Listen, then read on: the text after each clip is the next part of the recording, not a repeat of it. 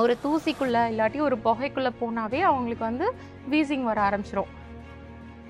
நம்ம எடுத்துக்கிற உணவும் சரியா டைஜஷன் ஆகாம நம்மளுக்கு மந்த நிலைமை நம்மளுக்கு ஏற்பட ஆரம்பிக்கும். அந்த மந்தம் வயிற்றுக்குள்ள நம்மளுக்கு சேர்ந்தது அப்படின்னா ஆஸ்மா பேஷண்ட் வந்து கண்டிப்பா வந்து உணரக்கூடிய ஒரு கம்ப்ளைண்ட் என்ன அப்படின்னா இந்த செஸ்ட் டைட்னஸ், சுருங்கி விரிகிற தன்மை வந்து அதுக்கு ஏற்படுத்தி கொடுக்காம எல்லாமே நம்மளுக்கு டைட்டா பிடிச்சிக்கிறதுனால மூச்சு வந்து திணறல் ஏற்படும். மூச்சு வந்து வாங்குறப்போ ஒரு பெரிய சவுண்ட் வரும். ஆஸ்மா ப்ராப்ளம் இருக்கப்போ கூடவே வந்து ஒரு சில பேருக்கு சைனசைட்டிஸ் கம்ப்ளைண்ட்ஸ் இருக்கும்.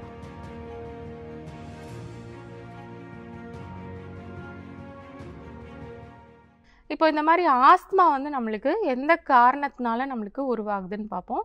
ஏற்கனவே நுரையீரல் அந்த சுவாச குழாய் எல்லாமே வந்து வலிமை இழந்திருக்கவங்களுக்கு சாதாரணமாக ஒரு தூசிக்குள்ளே இல்லாட்டி ஒரு புகைக்குள்ளே போனாவே அவங்களுக்கு வந்து வீசிங் வர ஆரம்பிச்சிடும். அப்படி இல்லாட்டி வீட்டில் வந்து ஒரு சின்ன சின்ன பெட் அனிமல்ஸ் வளர்த்துறாங்க, அதோட ஹேர்ஸ் வந்து நம்மளுக்கு உள்ளுக்குள்ளே நுகர்ந்துட்டாலோ இல்லை அதில் வாழக்கூடிய நுண்ணுயிர் கிருமிகள்லாம் இருக்குது பார்த்தீங்களா, அதெல்லாம் நம்மளுக்கு மூக்கு வழியாக நம்ம சுவாசிச்சாலும் அவங்களுக்கு வந்து ஆஸ்மா வர ஆரம்பிச்சிடும். அதே மாதிரி ஒரு சில பேர்த்துக்கெல்லாம் பார்த்துக்கிட்டிங்கன்னா நாள் ஃபுல்லாக ஐடி கம்பெனிலாம் ஒர்க் பண்ணுறாங்க, ஃபுல்லாக வந்து சென்ட்ரலைஸ்ட் ஏசியில் தான் இருப்பாங்க.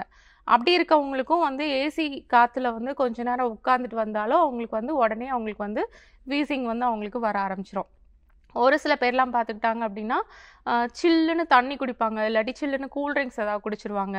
அந்த கூல்ட்ரிங்க்ஸில் பார்த்துக்கிட்டிங்க அப்படின்னா நம்மளுக்கு வந்து கார்பனேட்டட் அரேட்டடாக இருக்கும். நம்மளுக்கு அதை எடுத்துக்கிட்டாலும் அவங்களுக்கு ப்ராப்ளம் இருக்கும். அதே மாதிரி சிந்தட்டிக் கலர்ஸ் வந்து யூஸ் பண்ணுறாங்க பார்த்தீங்களா கூல்ட்ரிங்க்ஸில், அந்த மாதிரி கலர்ஸ் வந்து நம்மளுக்கு நம்ம எடுத்துக்கிட்டாலும் நம்மளுக்கு வந்து ஆஸ்மா தொந்தரவுகள் நம்மளுக்கு வர ஆரம்பிச்சிடும்.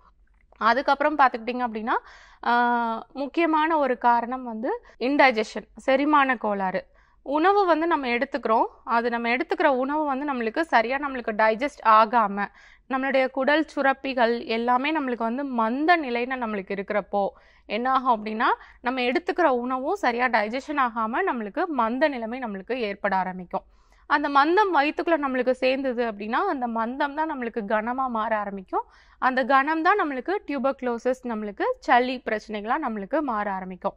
அப்போ இந்த மந்தம் அப்படின்னா என்ன அப்படின்னா நம்ம உண்ட உணவு நம்ம வயிற்றில் வந்து செரிமானம் ஆகாமல் அது மேல் நோக்கி நம்மளுக்கு வாந்தியாக நம்மளுக்கு வெளியேறாமலும், அதே மாதிரி நம்மளுக்கு கீழ் நோக்கி நம்மளுக்கு பேதியாக நம்மளுக்கு வெளியேறாமலும் நம்மளுக்கு வயிற்றுக்குள்ளே நம்மளுக்கு இருந்துக்கிட்டே இருக்கும்.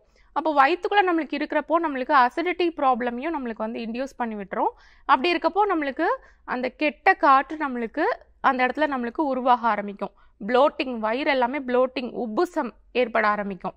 வயிறு உப்புசம் எல்லாமே ஏற்பட்டது அப்படின்னா வயிறு கொஞ்சம் நம்மளுக்கு பெருசாக நம்மளுக்கு உப்புசமாக இருக்க மாதிரி ஒரு ஃபீலிங் இருக்கும். இதுதான் வந்து நம்மளுடைய மேல் வயிறு, நம்மளுக்கு அந்த டயஃப்ரம் அப்படின்னு சொல்லக்கூடிய அந்த மசில்ஸை ஃபஸ்ட்டு நம்மளுக்கு அழுத்தம் ஏற்படும். டயஃப்ரம் நம்மளுக்கு வந்து ரெஸ்பிரேஷனுக்கு நம்மளுக்கு ஹெல்ப் பண்ணுறதுனால, டயஃப்ரம் நம்மளுக்கு வந்து அழுத்தத்தை ஏற்படுறதுனால அடுத்த டயஃப்ரம் வந்து என்ன பண்ணுது, நுரையீரலை வந்து புஷ் பண்ணுது. அப்படி நம்மளுக்கு நுரையீரலை வந்து நம்மளுக்கு டைட்டாக நம்மளுக்கு வந்து அது வந்து சுருங்கி விரிகிற தன்மை வந்து அதுக்கு ஏற்படுத்தி கொடுக்காம எல்லாமே நம்மளுக்கு டைட்டாக பிடிச்சிக்கிறதுனால நம்மளுக்கு நெஞ்சை சுற்றியான ஒரு இறுக்கம் வந்து நம்மளுக்கு ஏற்படுது. இதுதான் நம்ம செஸ்ட் டைட்னஸ் சொல்கிறோம். ஆஸ்மா பேஷண்ட் வந்து கண்டிப்பாக வந்து உணரக்கூடிய ஒரு கம்ப்ளைண்ட் என்ன அப்படின்னா இந்த செஸ்ட் டைட்னஸ், நெஞ்சை இறுக்கி பிடிச்ச மாதிரியான ஒரு வேதனை, மார்பை இறுக்கி பிடிச்ச மாதிரியான ஒரு வேதனை. இது வந்து முழுக்க நம்மளுக்கு இன்டைஜஷன்னால தான் நம்மளுக்கு உருவாக ஆரம்பிக்கும். இந்த மாதிரி ஒரு ப்ராப்ளம் நம்மளுக்கு வந்து ஃபஸ்ட்டு நம்மளுக்கு ஏற்பட ஆரம்பிக்கும். அதுக்கப்புறமா பார்த்துக்கிட்டிங்க அப்படின்னா அடிக்கடி வந்து ரெக்கரண்ட்டாக வந்து அவங்களுக்கு காஃப் வந்து ஏற்பட ஆரம்பிக்கும். ஒரு சில பேர்த்துக்கு வந்து ரொம்ப வீசிங் வந்து ஏற்பட ஆரம்பிக்கும். நம்மளுக்கு வந்து நுரையீரல் நம்மளுக்கு அழுத்தப்படுறதுனால தான் நம்மளுக்கு மேல் மூச்சு நம்மளுக்கு ரொம்ப வாங்குது. நம்மளால் ஃப்ரீயாக வந்து நம்மளால் காற்று உள்ளே சுவாசித்து நம்மளால் வெளியே விட முடியல. அதே மாதிரி அல்வியோலை எல்லாமே நம்மளுக்கு வந்து செயலிழந்து போயிருக்கும். நம்மளுக்கு உள்ளே வந்து சுவாச பரிமாற்றம் வந்து நம்மளுக்கு சரியாக நடைபெறாது. ஒவ்வொரு அல்வியோலை நம்ம நுரையீரலில் பார்த்துக்கிட்டிங்கன்னா பல லட்சக்கணக்கான காற்றறைகள் இருக்கும். அந்த காற்றறைகள்லாம் ஃபுல்லாக பார்த்துக்கிட்டிங்கன்னா நீர் கோர்த்துக்கிடுச்சு, சளி கோர்த்துக்கிடுச்சு அப்படின்னா சுவாச பரிமாற்றம் நம்மளுக்கு சரியாக உள்ளுக்குள்ளே நடைபெறாது. நம்ம எடுத்துக்கிற காற்று வந்து நம்மளுக்கு அது மூலமாக போய் தான் நம்மளுக்கு இரத்த குழாயில் நம்மளுக்கு ஊடுருவி போகுது. ஸோ அந்த இது எல்லாமே நம்மளுக்கு தடை வந்து ஏற்பட ஆரம்பிச்சிடும், நம்மளுக்கு நீர் கோர்த்துட்டு இருந்தது. அதனால தான் நம்மளுக்கு ஆஸ்மா பேஷண்ட் எல்லாருமே வந்து ரொம்ப முகம் வாடி போயிடுறாங்க, உடம்பு ஃபுல்லாக நம்மளுக்கு கருமை நிறமாக நம்மளுக்கு ஏற்பட ஆரம்பிச்சிருது. இந்த மாதிரி தொந்தரவுகள் எல்லாமே ஆஸ்மா பேஷண்ட்ஸ்க்கு வந்து ஏற்பட ஆரம்பிக்குது. இதுக்கப்புறம் பார்த்துக்கிட்டிங்க அப்படின்னா ஆஸ்மா பேஷண்ட்ஸ்க்கு வந்து என்ன மாதிரியான கம்ப்ளைண்ட்ஸ் இருக்கும், அவங்களுக்கு என்ன மாதிரியான உபாதைகள்லாம் இருக்கும் அப்படின்னு பார்த்துக்கிட்டிங்க அப்படின்னா, மூச்சு வந்து திணறல் ஏற்படும். மூச்சு வந்து வாங்குறப்போ ஒரு பெரிய சவுண்ட் வரும். அதே மாதிரி ஒரு சில பேருக்கு ட்ரை காஃப் வரும். எவ்வளோதான் இருமுனாலும் இருமி சளியை வெளியே எடுத்துடலாம் அப்படின்னு நினைப்பாங்க. ஆனால் சளி வந்து வெளியே ஏறாது, கோலை வந்து வெளியே வரவே வராது. அது உள்ளுக்குள்ளே ஃபுல்லாக கட்டிக்கிட்டே இருக்குமே தவிர அது வெளியேறாது. அந்த மாதிரி ஒரு ட்ரபிள் வந்து ஏற்படும். மார்பை இறுக்கி பிடிச்ச மாதிரியான ஒரு வேதனை வந்து அவங்களுக்கு ஏற்பட ஆரம்பிக்கும்.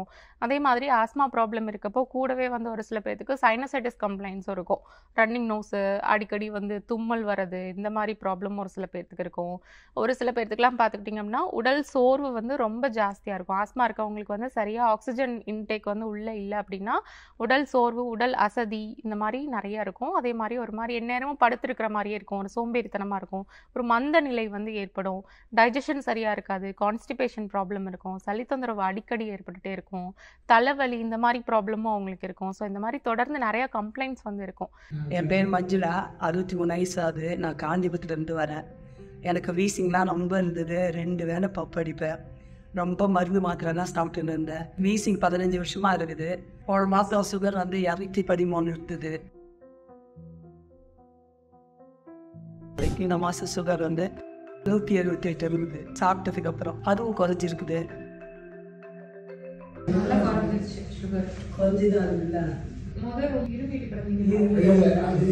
பேசவே முடியாது, மூச்சு வாங்கிட்டு இப்போ பரவாயில்ல, நல்லா பேசுறேன். இருமிலேதான் இருப்பேன். இருமி சளி வருது. வளர்ச்சிக்கிறது இருந்தது, அதுவும் பரவாயில்ல. முட்டி வலி இருந்தது, அதுவும் பரவாயில்ல, நல்லா இருந்தது. இப்போ இங்கே ஒரு மாசமா வந்து மருந்து சாப்பிட்றேன். எல்லாமே நல்லா இருக்குது. உடம்பு ரொம்ப ஆரோக்கியமா இருக்குது. மருந்தும் நல்லா சாப்பிட்ற மாதிரி இருக்குது. எந்த குறையுமே இல்லை, நல்லா இருந்து. என் பேர் செல்வகுமார், செல்வப்பாட்டி. நான் வந்து ரில்ஸில் இருக்கிறேன். எனக்கு வந்து ஃபிட்ஸ் ப்ராப்ளம் இருந்தது. அதுக்கு டேப்லெட்ஸ் வந்து எடுத்துருந்தேன். அதில் எனக்கு என்ன ஆயிடுச்சுன்னா வயிறு எல்லாமே வந்து ரொம்ப பெண்ணாகி மோஷன் வந்து லிக்யூட் பண்ணி அப்படியே போய்கிட்டே இருக்கும். என்ன சாப்பிட்டாலும் உடனே கேஸ் ஃபார்ம் ஆகி போகும். எது சாப்பிட்டாலும் உடனே வித்தின் ஒரு 1/2 hour நான் மோஷன் போய் ஆகணும். அதனால் நான் வந்து வீட்டை விட்டு வெளியில் எங்கேயுமே போகிறது கிடையாது. வெளியில் எதுவும் ஃபுட்டும் எடுக்கிறது கிடையாது. வீட்டில் சாப்பிட்டாலும் உடனே வந்து போகும். ஒரு நாளைக்கு எப்படி தான் போகிறாரு 5 times. இந்த பிரச்சனை ஆரம்பிச்சதுலேருந்து நான் வந்து வெளியில் வேலைக்கே போகலை. இந்த ஃபிட்ஸு இருக்கிறதுனாலையும் யாரும் வெளியில் வேலைக்கு போகக்கூடாதுன்னாங்க. நான் புதுங்கிறது தான் வேலை ஜாப் ஒர்க் பண்ணேன். முதல்ல வந்து ஃபிட்ஸ் இருக்கும்போது நைட்டு படுத்துட்டு காலையிலே எழுந்திரிச்சா உடனே உட்கார முடியாது, தலை அப்படியே சுற்றும். திரும்ப படுக்கிறது கொஞ்ச நேரம் கொஞ்சமாக தான் நான் இதுவாகி எழுந்திருக்கேன். இந்த பேஷண்ட்டுக்கு பார்த்தீங்கன்னா இரிட்டபிள் பவல் சிண்ட்ரோம் ப்ராப்ளம். அவங்களுக்கு சாப்பிட்டாலே அடிக்கடி மோஷன் போகிற மாதிரி இருக்கும். இந்த மாதிரி பிரச்சனை இருந்தாலும் நம்ம சித்த மருத்துவத்தில் மூலிகை மருந்துகள் எடுத்தாலே அவங்களுக்கு சரியாயிடும். மேடம்கிட்ட வந்து 1 month ட்ரீட்மெண்ட் எடுத்து இப்போ நார்மலாக இருக்கும். 2 வீலர் கம்ப வச்சுட்டு போகிறேன். வெளியில் டிஃபன் எடுத்துகிட்டு போய் வெளியில் உட்காந்து கூட சாப்பிட்றேன். எந்த ப்ராப்ளமும் இல்லை, நல்லா இருக்கேன். நான் வேலைக்கும் போயிருக்கேன். நான் திருவள்ளூர் கோவர்தன் பேசுகிறேன். எனக்கு வீசிங் இருந்தது. 9 வருஷமாக வீசிங் பல்வேறு மருத்துவமனைக்கு சிகிச்சை பெற்றேன். ஒரு நாளைக்கு 3 இன்ஹேலர் வந்து காலையிலும் மாலையிலும் எடுத்து வந்தேன். தற்போது வரை குணமாகவில்லை. தற்போது 1 மாதம்தான் ஆகிறது அரசு மருத்துவமனைக்கு வந்தேன். இப்போது 1 மாதத்திற்கெல்லாம் 2 முறை தான் இன்ஹேலர் எடுத்தேன். இங்கே மருத்துவ சிகிச்சை எடுத்துட்டு மிகவும் அருமையாகவும் ஆரோக்கியமாகவும் என் உடல் எனக்கு தோன்றுகிறது. என் பேர் கலைச்செல்வி. நான் பெங்களூர்லேருந்து வரேன். எனக்கு மோர் 2 years வீசிங் இருந்தது, காஃப் இருந்தது. இங்கே வந்து 1 month தான் ஆயிடுச்சு. 1 month அந்த டேப்லெட் எடுத்துகிட்டு எனக்கு காஃப் இந்த சுத்தமாகவே இல்லை, ஃபுல் கிளியராகிட்டு இருக்குது. வீசிங் குறைஞ்சிருக்கு, வீசிங் இல்லை எனக்கு சுத்தமாக. இப்போ இன்னெல்லாம் யூஸ் பண்ணிட்டு இருந்தேன். இப்போ அது கூட யூஸ் பண்ணுறது இல்லை நான் இங்கே வந்ததுக்கு. ஸோ நான் இங்கே அகெயின் ட்ரீட்மெண்ட்டுக்காக யாரெல்லாம் வந்தப்போ ரெஃபர் பண்ணுவாங்க. ஆருஷ் ஹெர்பல் ஹாஸ்பிட்டல்ஸ் சிறப்பு சிகிச்சைகள் ஆஸ்துமா, சொரியாசிஸ், முட்டிவலி, சைனசைட்டிஸ், சர்க்கரை நோய், முடக்குவாதம், உடல் பருமன், மூலம், பௌத்திரம், சிறுநீரக பித்தப்பைக்கல், முதுகு தண்டுவட வலி, இரத்த கொதிப்பு. பெண்களுக்கான சிகிச்சைகள் நீர்க்கட்டிகள், ஃபைப்ராய்டு கட்டிகள், கர்ப்பப்பை சிகிச்சை, மாதவிடாய் கோளாறு, தைராய்டு, கருக்குழாய் அடைப்பு, வெள்ளைப்படுதல், வயிற்றுவலி, குழந்தையின்மை, முடி உதிர்தல், ஹார்மோன் கோளாறு. அனைத்து வகையான நாள்பட்ட நோய்களுக்கும் அறுவை சிகிச்சை இல்லாமல், எந்தவித பக்க விளைவுகள் இல்லாமல், வாழ்நாள் முழுவதும் திரும்ப வராமல் இருக்க இயற்கை முறையில் ஹெர்பல் மருந்துகள் மூலம் எங்கள் ஆரூஷ் ஹெர்பல் மருத்துவமனையில் சிறப்பு சிகிச்சை அளிக்கப்படும். Aarush herbal hospitals. Address number 6 Veeru tower, Jawaharlal Nehru சாலை, ஈகாட்டுத்தாங்கல், சென்னை 600032. Call 0730 5744 144.